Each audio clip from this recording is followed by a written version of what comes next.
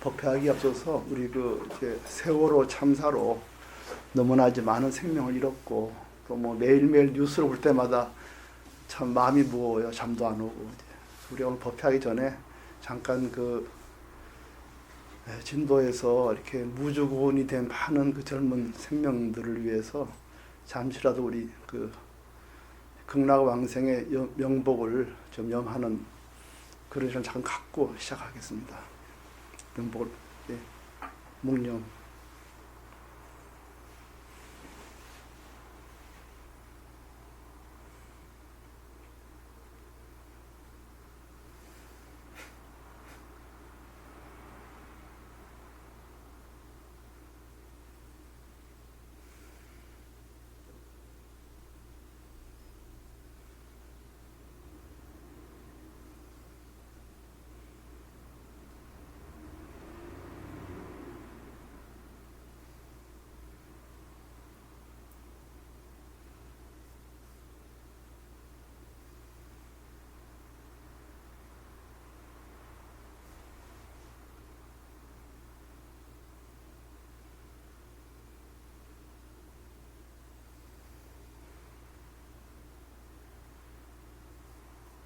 예, 그렇습니다.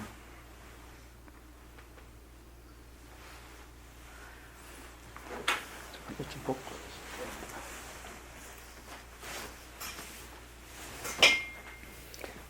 제가 어제하고 그저께 페이스북에 보니까 어떤 2004년도에 고속버스 사고로 아마 그때 부일 외고 학생들이 이제 수학여행 가다가 고속버스가 이제 사고 나서 많은 사람이 죽었다 그래요. 별로 기억이 분명치 않은데 그때 죽은 학생 이제 많이 죽었는데 그 중에 이제 살아남은 학생이 이제 글을 올렸어요. 10년 전에 17살이니까 지금 27이더라고요, 이 사람이. 그래서 그 사람이 지금은 우리나라에 안 살아요. 근데 이번에 이제 세월호 참사를 보면서 너무 유사한, 규모는 엄청나게 이번이 크지만 그 학생이 글을 올렸어요. 그 청년이죠. 근데 이제 그 청년이 올린 글을 이렇게 보면은 죽은 사람이 살아남은 사람이 굉장히 힘들다는 거예요. 살아남은 사람들의 학생의 부모는 거의 이혼했다 그래요. 부모 같이 이제 말하자면은 걔를 왜 보냈느냐? 그때 안 보냈으면 끝없는 가정 이제 회한이지. 끝없는 가정을 하다 보면은 이제 나중에는 원망이 되는 거라. 당신이 그때 안 보냈으면 당신이 그때 무슨 일을 해냈으면 이러다 보니까 나중에 이제 부부끼리 이제 싸움이 나서 거의가 아까 그분의 말에 의하면 거의 많은 사람들이 이혼을 했다는 거예요. 그 다음에 또 죽은 사람의 형제, 살아남은 동생이나 형도 늘 그 문제로 고민을 한답니다. 그러니까 부모한테 혼이 나면은 차라리 우리 형 대신 내가 죽었을 텐데 괜히 우리 형만 죽고 나만 살아서 내가 이렇다. 이런 또 자학을 또 많이 해요. 그래서 죽은 학생의 형제도 그 후에는 매우 어려운 고통스러운 삶을 살고. 그래서 이제 아까 10년 전에 사고를 당한 그 학생이 올린 글이라면은 죽은 사람도 고통이지만 살아있는 사람이 엄청 고통스러우니까 살아있는 사람을 우리가 잘 키워야 된다. 정말 자기도 도저히 살 수 없어서 외국에 나와 살고 있다. 그런 말을 하더라고요. 이번에도 보면은 우리도 다 자식 있는 부모라서 그러고 또 요사이는 애들 하나밖에 안 낳잖아요. 둘. 그러니까 거기서 죽으면은 자식이 없는 부모도 많은 거예요. 저도 딸이 하나지만. 그러니까 이런 거 볼 때 그 고통이 엄청나게 하고 살아남은 사람들이 정말 잘해야 되겠다는 생각을 많이 이제 했습니다. 아까 10년 전에 이제 사고를 당한 이제 살아남은 학생의 글을 보면 그렇게 분노가 많고 부부끼리 원망이 심하고 결국은 이제 이혼할 정도로 이제 그렇다 그래요. 그래서 이제 그런 분노에 대해서 우리 참동에 하기 전에 잠깐 이제 분노에 대해 좀 생각을 했으면 싶어서 얘기했습니다.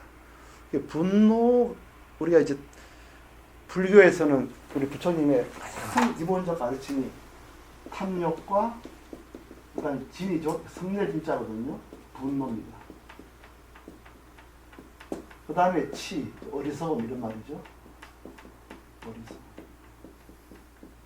근데 이 분노를 종교의 큰 교리 중에 공부해야 될 세 가지 중에 하나로 된 종교는 많지 않습니다. 이 부처님 가르침이지. 바로 이런 그 탐진치, 우리가 늘 말하는 탐진치의 진이죠. 그래서 불교에서 말한 분노에 대해서 우리가 잠깐이라도 좀 생각을 해야 되겠다. 그래서 제가 잠깐 이 말씀을 드리거든요. 분노라는 것이 한번 이제 휘잡히면은 뭐 대책이 없죠. 누구나 뭐. 그리고 이제 분노를 이제 우리 부처님을 어떻게 보셨는지 초기 경전 보면은 거의 대부분이 분노에 대한 얘기 많습니다. 탐욕과 분노. 굉장히 많습니다. 실제로 우리가 그 평생 살다 보면은 탐욕과 분노를 넘어선다는 말을 할 수가 없습니다. 나이 들수록.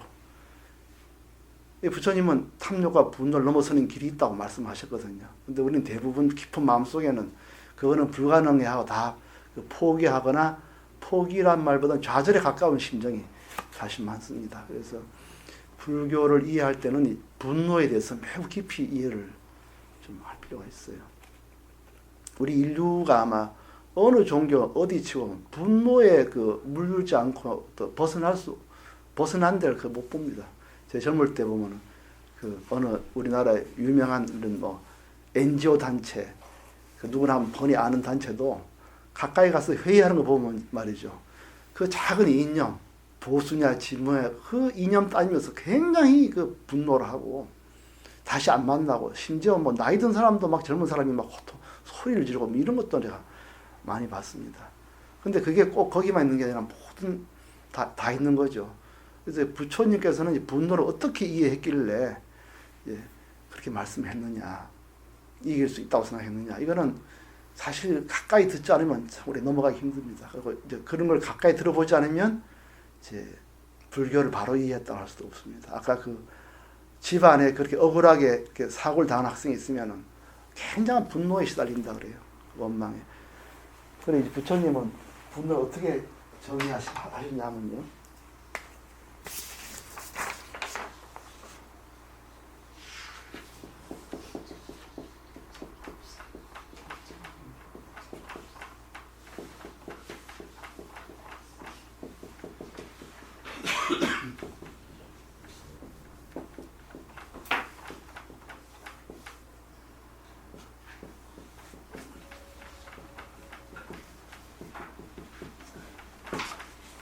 불교 초기 경전에 이렇게 보면은 그 니까야에 이렇게 보면은 특히 이제 그 쌍유타 니까야라고 거기에 불교 초기 경전 중에서 1권, 2권, 3권은 그 중에서 가장 그 초기에 이루어진 경전입니다. 그 경전을 보면 이렇게 돼 있어요. 뿌리에는 독이 있지만 꼭지에 꿀이 있는 이렇게 분노를 설명했습니다. 굉장히 놀라운 이 통찰입니다. 이렇게 생각을 해보면은 꼭지에 꿀이 있어요. 너무 단 거예요. 근데 그 속에는 뿌리에는 독이 있다는 거예요. 이게 굉장히 놀라운 겁니다. 이게 분노의 정체라는 겁니다. 우리가 이 인류가 처음에 묶여 있잖아요. 그 이상하지 않습니까? 왜 모든 인류가 묶여 있냐는 거죠. 왜 모든 인류가 예외 없이 왜 모든 사람들이 이 어리석에 묶여 있냐는 거죠. 우리가 어리석다는 걸 굉장히 싫어하는 언어거든요. 누구나 되돌아보면 어리석은 걸 벗어날 수 있잖아요. 근데 되돌아볼 수가 없습니다. 이 분노 속에요. 엄청난 꿀이 있는 거예요. 우리가 화를 확 내버리면 얼마나 속 시원합니까? 또 남 욕할 때 보면 밤에 잠도 안 와요. 너무 기분 좋아가지고. 또 우리 저녁에 술 마실 때 보면 우리 직장생활 다 하시면서 술 마실 때 보면 대부분 상사 갖고 씹습니다. 사장 뭐 씹어가지고 씹은 말이 너무너무 기분 좋아요. 안주 삼아서 삼겹살 먹으면서 씹으면은 마음과 몸이 다 즐겁습니다. 그렇게 꿀이 있어요. 꼭지에. 이게 그렇지만 그 뿌리에는 독이 있다는 걸 보기 힘든 거예요. 그래서 우리가 이 분노가 잡히면은 전혀 자기 돌아볼 수가 없습니다.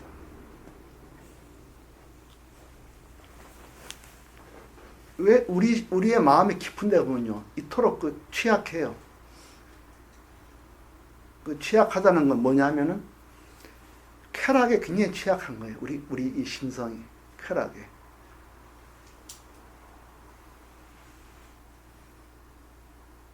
오래 수행한 사람도 어느 순간 그 수행이 자기한테 어떤 그 스트레스나 그런 것으로 남아있으면 반드시 그걸 풀려고 하고요.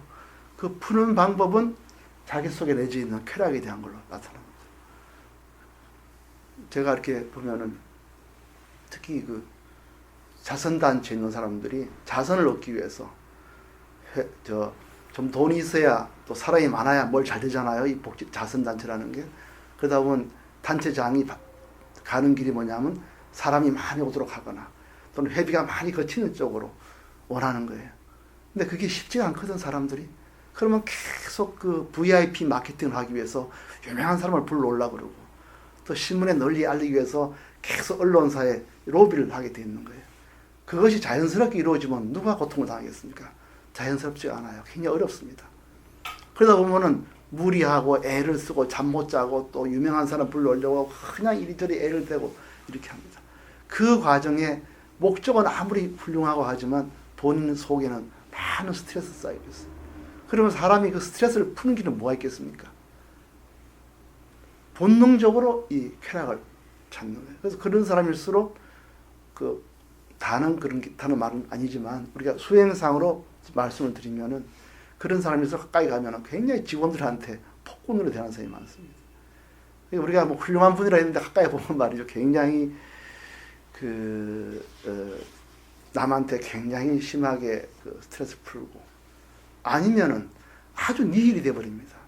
니힐리즘이 돼버려요. 아주 우리가 그 전에 한번 마더 데레사 수녀가 돌아가시고 나서 한번 신문에 많이 난 적이 있었습니다. 물론 파묻히지만 나는 그걸 훌륭한 분이라고 생각이 돼요. 근데 그분이 만년에 그렇게 하나님의 기적을 가피력이랄까요? 그런 거를 말씀하시던 분이 만년에 가까운 신부님한테 그렇게 그 하나님 신의 존재 그 회의 적힌 그런 걸 굉장히 편지를 많이 썼다는 거예요. 신부한테. 자기가 굉장히 신의 부재에 대해서 회의가 들고 존재에 대한 회의들. 그래서 그런 그 회의 때문에 그 고통을 당하는 그런 글을 많이 썼다는 거예요. 그분이 성녀로 초앙 받았음에도 불구하고 만년에는 그렇게 했다는 겁니다. 그래서 그런 거를 이제 너무 알려지면 안 좋으니 어느 순간 없어졌지만은 저는 그렇게 솔직하게 자기를 드러낼 수 있는 분은 훌륭한 분이라고 생각합니다. 우리 분노가 쾌락을 추구한다는 거 놀랍지 않습니까? 이거에 대해서 우리가 매우 깊이 봐야 됩니다. 그거 깊이 보지 못하면 우리가 그 수행이라는 것을 잘못할 수가 있습니다. 저 자신도 그런 환상에서 많이 뒤통수를 많이 맞을 때도 많습니다. 여기 오신 우리 다 두반들 우리가 같이 공부하는 차원에서 말씀을 드리는 겁니다만은 제가 하는 그 봉사단체에도 어느 사람이 7, 8년 전에 이제 제가 조금 노숙자 돕는 단체를 하고 있잖아요. 아시는 분은 아시겠지만 7, 8년 전에 이제 노숙자가 있었어요. 나이는 한 50대입니다. 그때는 벌써 10년이 한 30대 했겠지. 그분이 노숙자가 된 건 왜냐하면은 정상 직장 생활을 하다가 그분이 도박에 빠졌어요. 경마에 빠진 거예요. 그래서 돈 쓰다 보니까 나중에 남의 돈까지 취급하게 되고 뭐 이렇게 돼서 온 집안에 사람 노릇 못하고 결국 이 사람이 이제 나중에 노숙까지 하게 된 거죠.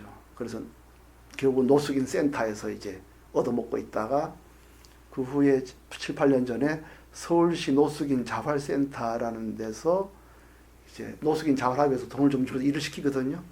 그러다가 7, 8년 전에 우리 단체하고 만나게 됐어요. 그래서 제가 보니 상당히 사람이 괜찮았습니다. 똑똑하고 일도 열심히 하고. 그래서 제가 이제 그 사람을 채용해서 이제 일을 같이 하게 됐습니다. 그래서 7, 8년 동안 일을 하는데 그 아버지가 가정 일을 절대 얘기 안 해요. 저도 역시 내가 누구한테 그 사람 상처가 될 수 있기 때문에 본인이 말을 하기 전에는 절대 묻질 않았어요. 그 이제 하나 알고 있는 사실은 딱 하나입니다. 그 아버지가 군인이었다는 거. 그래서 매사에 그 군인처럼 일을 해요. 아버지. 그러니까 굉장히 정확하게 일을 하고 시간 맞추기를 하고 매우 근면하게 일을 하는 거예요. 봉사단체에서 시간 맞춰서 정확하게 근면하게 일을 하는 게 얼마나 어렵습니까? 봉사단체, NGO 이런 봉사단체 이 실무자들은 다 그렇다는 얘기는 아닙니다. 일부 그렇다는 얘기고 우리가 공부하는 자리이기 때문에 말씀드립니다. 이런 NGO는 월급이 많지 않거든요. 대부분 학력이 적은 사람이 옵니다. 또는 게으른 사람들이 많아요. 또 굉장히 자유로운 사람이 와서 어떤 일을 할 때 탁탁 맞춰서 하는 게 없습니다. 별로 많지가 않아요. 그게 이제 작은 봉사단체나 NGO 단체의 그 운영의 어려운 점입니다. 좋은 대학 나오고 일 잘하는 사람은 큰 데 가잖아요. 어쨌든 이 청년은 매우 정확하게 일을 해요. 근면하게 하고. 그래서 7, 8년간 일하면서 사람들이 모두 이 사람 보살이다 이렇게 얘기를 했어요. 저도 굉장히 7, 8년 같이 일하면서 저도 명색이 뭐 불교 공부하는 사람이고 수행하는 사람이라 7, 8년 동안 이 사람이 탈선하지 않고 매우 성실히 일을 했기 때문에 저도 매우 기분이 뿌듯하고 이분이 부처님의 가르침에 저 어떤 향훈을 받은 게 아니겠는가 이렇게 생각을 했습니다. 많은 사람들이 이제 그렇게 생각을 했죠. 그래서 보살이라 그러고 그 7, 8년입니다. 세월이. 근데 최근에 이분이 갑자기 사라졌어요. 그래 보니까 몇백만 원을 들고 이제 어떻게 보면 잠적을 한 거죠. 공금을. 뭐 제도원 같으면 뭐 아무 문제가 없습니다. 근데 이제 회원들이 조금씩 좀 낸 돈인데 그래서 이제 뒤늦게 깨닫고 이렇게 보니까 한 1년 전부터 이 모든 회계 자료에 굉장한 조작이 있고 이랬습니다. 사람들이 처음에 그게 믿질 않아요. 그럴 리가 있느냐. 그래서 믿을 수 없는 걸 저도 이제 현실을 보고서야 이제 어느 정도 이 사람이 왜 잠적했는가를 이제 자꾸 돈이 빵꾸 나니까 이제 우리 자선단체에 한 이제 회계를 맡은 분이 그분도 뭐 전혀 회계라는 걸 감사를 하는 게 아니죠. 그냥 보고 마는데 그래 조금 좀 이상하니까 한번 통장을 내놓으라 했는데 내놓으라 하는 날 그날 당일날 잠적을 해버린 거예요. 그래서 이제 우리가 추적해 보니까 이분이 다시 경마에 빠진 겁니다. 그래서 1년 전부터 서서히 이제 한 푼 빼다가 나중에는 막 큰 돈 빼고냐 자기도 주체할 수 없는 이제 막다른 골목길에서 이제 가버린 거죠. 그래서 제가 굉장히 충격을 받았습니다. 돈이라는 건 우리가 뭐 몇 푼 되고 뭐 문제가 아니죠. 근데 7, 8년이나 긴 세월 동안 우리가 무주상보시로 정말 그 어떻게 보면 청렴하게 살아왔고 그분도 누구 하나의 사람들이 다 보살이라고 할 정도로 그렇게 왔는데 그 1년 사이에 어떻게 그런 일이 있는지 그러니까 그 7, 8년이라는 그 긴 수행이라는 게 한순간의 쾌락에 말이죠. 속절없이 무너져 버리는 거예요. 그래서 그럴 때 그 우리 사람의 그 마음속에 그 형성을 다시 바라보지 않을 수 없고요. 그래 아침에 그 페이스북에 그 10년 전에 이제 수학여행 교통사로 죽은 그 학생의 부모들이 대부분 이혼을 하고 아이들은 굉장한 분노와 해서 자책을 많이 하고 그런 과정 또 최근에 제 주위에 있는 과정 볼 때 우리가 자기 속에 있는 그 분노가 끝없이 쾌락을 추구한다는 거 이런 거에 대한 인식이 없으면 참 어렵다 이런 생각이 들었습니다. 오늘 제가 이렇게 드린 자료에 보면요 이런 게 있습니다. 오늘 보면은 바라드와자 가문 이 바라드와자 가문이 초기 불교에 보면은 굉장히 큰 바라문 가문입니다. 요새 말하면 대제사장 가문이거든요. 그 바라문 가문에 한 부인이 이제 단한잔이라는 부인이 있었습니다. 이분이 부처님을 만나서 부처님께 귀의를 해버린 거예요. 그러니 바라문이라는 거는 어떻게 하냐면 주문도 외우고 제사 지내주고 나무 결혼식에 그 날짜 잡아주고 또 어려운 일이 와서 이제 주문을 알려줘가지고 계획을 소멸시키고 또 제사를 지내주고 이런 다양한 제식행한 사람이 자기 아내가 부처님께 귀의를 해버린 거예요. 그러니까 굉장히 화가 났습니다. 그래서 어떻게 했냐면 이 가엾은 여인은 언제 어느 때나 머리를 빡빡 깎은 수행자들을 칭찬한다. 부처님 제자들을 말하는 거죠. 내가 지금 그대 스승의 입을 닥치게 만들겠다. 이렇게 찾아갔습니다. 찾아가서 이제 부처님을 막 따지는 거죠. 따지니까 이제 이렇게 시를 푸셨어요. 굉장한 분노를 갖고 온 거죠. 자기 집안의 부인이 말이죠. 자기가 갖고 오는 모든 철학 체계와 가치 체계를 무시하고 그때 부처님은 유명한 사람이 아니었거든요. 그저 머리 깎은 수행회 중에 한 사람이었습니다. 요새 말하면 자기 눈에 사교를 보이는 거예요. 그런 데 가서 앉아있으면 얼마나 화가 나겠어요. 그랬더니 부처님 이랬습니다. 분노를 없애면 편안히 잠자며 분노를 없애면 슬프지 않네. 자기를 자책하지 않는다는 거죠. 분노. 참으로 바라무니여 뿌리는 독이 있지만 꼭지에 꿀이 있는 분노를, 이 분노를 죽이는 것을 성자는 가상히 여기니, 훌륭하다고 여기니 분노를 없애면 슬프지 않기 때문이다. 이렇습니다. 그래서 사람의 깊은 마음속에 분노가 늘 쾌락을 추구하고 또 분노를 폭발시키지 못하면 끝없이 자책을 하고 슬픔이 일어나는 이런 그 마음의 깊은 그 움직임을 부처님은 보신 분이죠. 또 하나 보면은, 그리고 이 부처님이 또 위대한 점은, 제가 보기 위대한 점은 그런 분노를 가라앉히고 침묵을 지키며 하는 그 과정이 자기를 억누르는 과정이 아니에요. 분노를 이해하는 겁니다. 아, 분노에는 굉장한 쾌락을 추구하는 게 있구나. 이걸 보는 겁니다. 그래서 확 풀려고 하는 게 끝없이 유혹으로 아시는 거고요. 또 하나 위대한 점은 다음 경을 보면 알 수가 있습니다.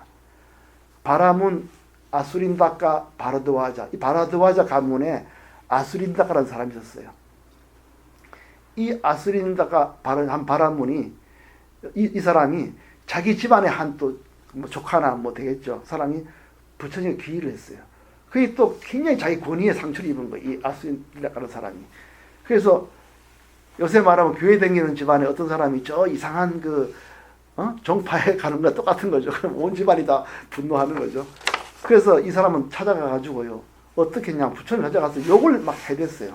거친 말로 빌어나고 모욕을 주었어요. 굉장히 심한 모욕을 했습니다. 부처님을. 참 굉장히 괴롭죠. 우리가 모욕을 당해도 굉장히 괴롭습니다. 저도 모욕을 당하면 딴 건 잘 참는데 모욕을 당하면 굉장히 잘 이렇게 저도 힘이 들어요. 부처님 이렇게 시를 읊으셨습니다. 말로 거칠게 꾸짖으면서 어리석은 자는 이겼다고 생각하지만 그러나 인내가 무엇인가 안다면은 승리는 바로 그것이다. 분노하는 자에게 다시 분노하는 것은 더욱 악한 자가 될 뿐, 분노하는 자에게 더 이상 화내지 않는 것은 이기기 어려운 싸움에 승리하는 것이네. 이렇게 표현돼요. 그 다음 시를 보면 너무 놀랍습니다. 아, 이분이야말로 정말 이분이 이래서 부처님이구나 이걸 알 수가 있습니다. 그 다음 시를 보시면 이렇게 되어 있어요. 다른 사람이 분노하는 것을 알고 색임을 확립하고, 그러니까 자기 자신을 들여다보는 거죠. 자기 자신을 돌아보는 겁니다. 이 어리석은 데서 벗어나는 거는 자기를 돌아보고 분노를 바라보는 거예요. 이게 어렵습니다. 분노를 표출하는 게 아니라 분노의 정체를 되돌아보는 겁니다. 이 색임을 확립하고 마음을 고요히 하는 자는 자신만이 아니라 남을 위하고 그 둘 다를 위하는 것이다. 이게 너무 놀랍습니다. 이렇게 했을 때 그 침묵과 인내, 또 분노를, 그 뿌리를 바라보는 그 깊은 선, 사유, 이런 것이요. 자기 한 개인의 문제로 끝나지 않아요. 그 넘어서 바라보세요. 보시는 분입니다. 자신도 행복을 주고 남도 위해 주는 길이라는 거예요. 그래서 그 다음 시에 있습니다. 자기 자신과 다른 사람 그 모두를 치료하는 사람을, 가르침을 모르는 사람들은 어리석은 사람이라고 생각하네. 그래서 이렇게 자기를 알고 침묵을 지키며 그 분노의 뿔을 이해하는 사람은 남에게도 분노를 표출하지 않기 때문에 자기도 치료하고 남도 치료한다는 거예요. 그 힐링이라는 게, 부처님의 힐링은 분노의 정체, 분노의 뿌리를 보고 그것의 유혹과 위험을 보고 그 깊은 관조와 사유의 이해 위에서 인내를 하는 겁니다. 이 과정은 나를 치료할 뿐 아니라 남도 치료한다는 거예요. 여기에서 이게 단순히 자기 말을 막 수행하는 사람이 아니라 그 분노와 사유와 그 깊은 인내의 세계가 보편적으로 인류를 구할 수 있는 길이라는 걸 이렇게 깨닫게 해주시는 분입니다. 이분이 바로 부처님이세요. 그래서 이분이 하시는 말씀이 이렇게 됐습니다. 법구경에서 많이 알려진 부처의 말씀이거든요. 결코 이 세상에서 원한으로 원한은 풀리지 않는다. 이때 원한도 결국은 분노가 표출되지 않았을 때입니다. 우리는 인간생에 두 가지예요. 분노를 표출해서 자기가 스트레스 확 풀고 남의 고통을 주든지, 그렇게 할 수 없으면 끝없이 자기 참담한 자기 모멸감 또는 슬픔, 원한, 이렇게 맺히는 거죠. 결코 이 세상에서 원한으로 원한은 풀리지 않는다. 원한을 여임으로 원하는 것이나니 이것은 오래된 진리이다. 이것이 부처님의 진리예요. 자기의 분노를 뿌리를 보고 그것의 해독을 보고 유혹을 보고 그걸 참는 겁니다. 다시 다른 신에게 부탁하거나 누구에게 의지하거나 무슨 주문을 외우거나 어디 가서 빌거나 그러지 않고 스스로 자기를 바라보고 자기의 고통을 바라보고 유혹과 쾌락을 보고 그 위험을 보고 이렇게 넘어서는 거죠. 이게 부처님의 말씀하시는 영원한 진리라는 겁니다. 그래서 이 진리를 본 사람은 어떤 결심을 하게 되느냐? 다른 도덕률을 구하지 않습니다. 스스로 깨닫습니다. 우리는 여기서 자제해야 된다. 이걸 깨닫는다는 겁니다. 이게 매우 위대한 진리라고 부처님 말은 진리입니다. 이걸 보고 나서 어떤 생각이 일어났냐? 우리 여기서 자제해야 된다. 인간은 여기에서 자제해야 된다. 우리는 여기에서 자제해야 된다. 이런 말 한다는 거죠.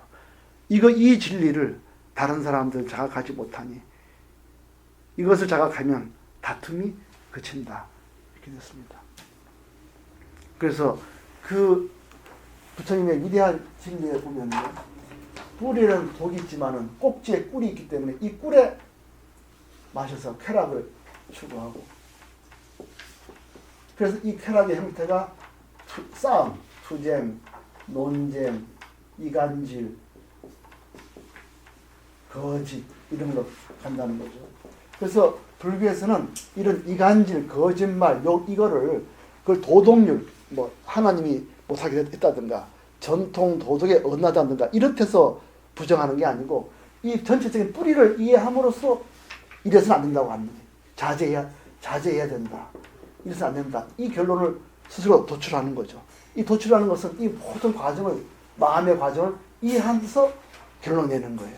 어떤 도덕률을 가지고 그걸 따르는 그런 게 아닙니다. 그래서 부처님은 이 과정에서 인간은 이익을 추구한다는 거예요. 마지막으로 열반이라는 것은 이 과정을 통해서 고요한 마음의 자제, 또 책임, 선정이죠. 사유, 인내, 이걸 통해서 마음의 고요로 가는 거예요.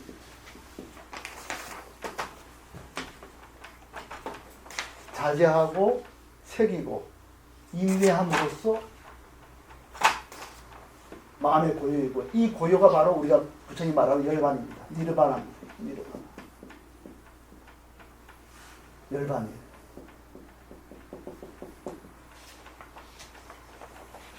지금 말씀드렸듯이 불교는 자기 스스로 자기 마음속에 많은 유혹과 쾌락의 그 형성됨을 보고 그 속에서 그것이 남에게 고통 준다는 까지 보고 그 분노의 뿔을 이해한 다음에 그 분노의 뿌리가 남에게 이런 투쟁, 논쟁, 이간질, 거짓을 한다는 걸 보고 이걸 보고 자제라는 결심을 하게 된다는 거죠. 그래서 자제하고 이 자기 마음의 뿌리를 깊이 새기고 그 속에서 스스로 인내해야 할 스스로의 이유를 발견하고 이래서 고요에 들어갑니다. 만약 이걸 보지 못하면 분노를 통해서 쾌락을 추구하고 쾌락을 통해서 이걸 쾌락 얻기 위해서 싸우고 논쟁하고 이간질과 거짓말하고 이렇게 함으로써 결국은 이익이라는 걸 추구하게 됩니다. 그래서 부처님의 고다음 그 법구경 이렇게 되어 있습니다.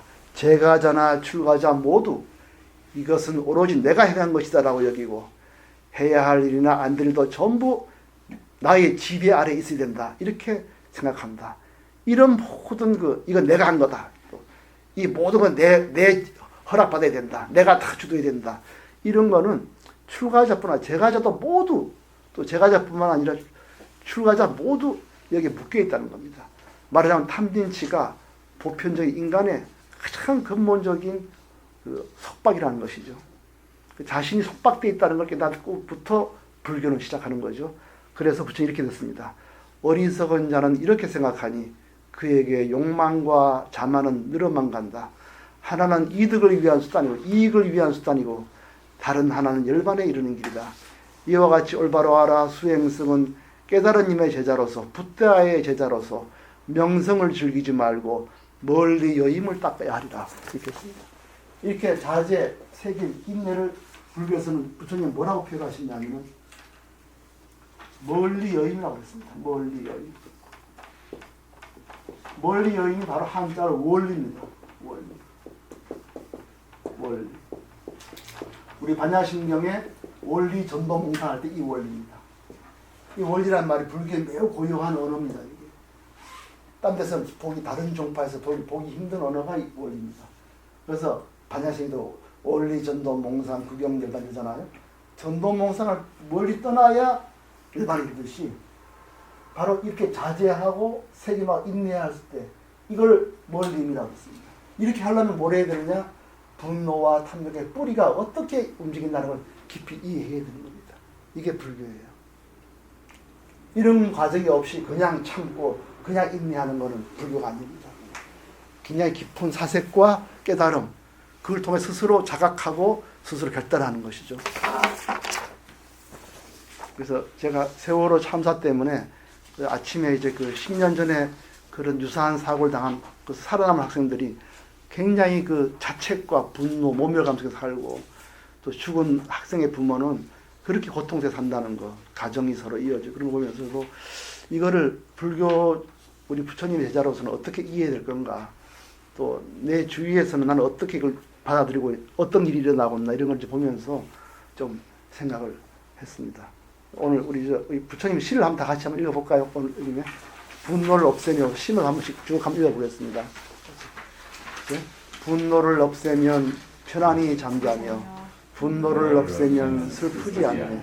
참으로 바라무니여 뿌리에는 독이 있지만 꼭지에 뿌리 있는 분노를 죽이는 것을 성자는 가상히 여기니 그것을 없애면 슬프지 않기 때문이다.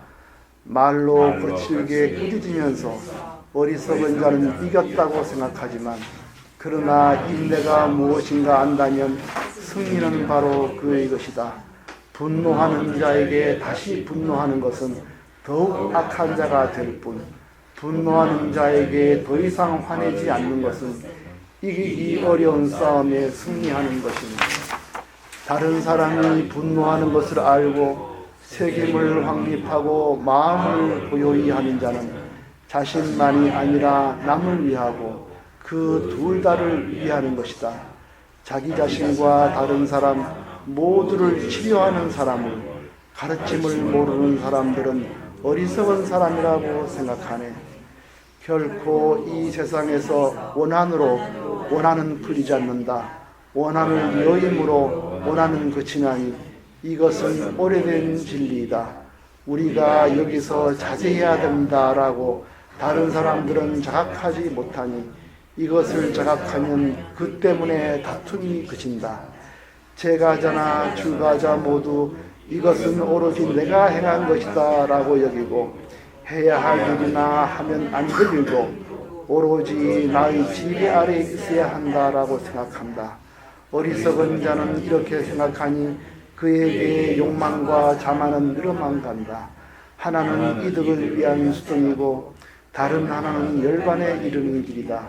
이와 같이 올바로 알아 수행승은 깨달은 님의 제자로서 명상을 즐기지 말고 멀리 여임을 닦아야 하고, 한 5분 좀 쉬었다가 참동 공부를 시작하겠습니다. 5분 좀 쉬시죠.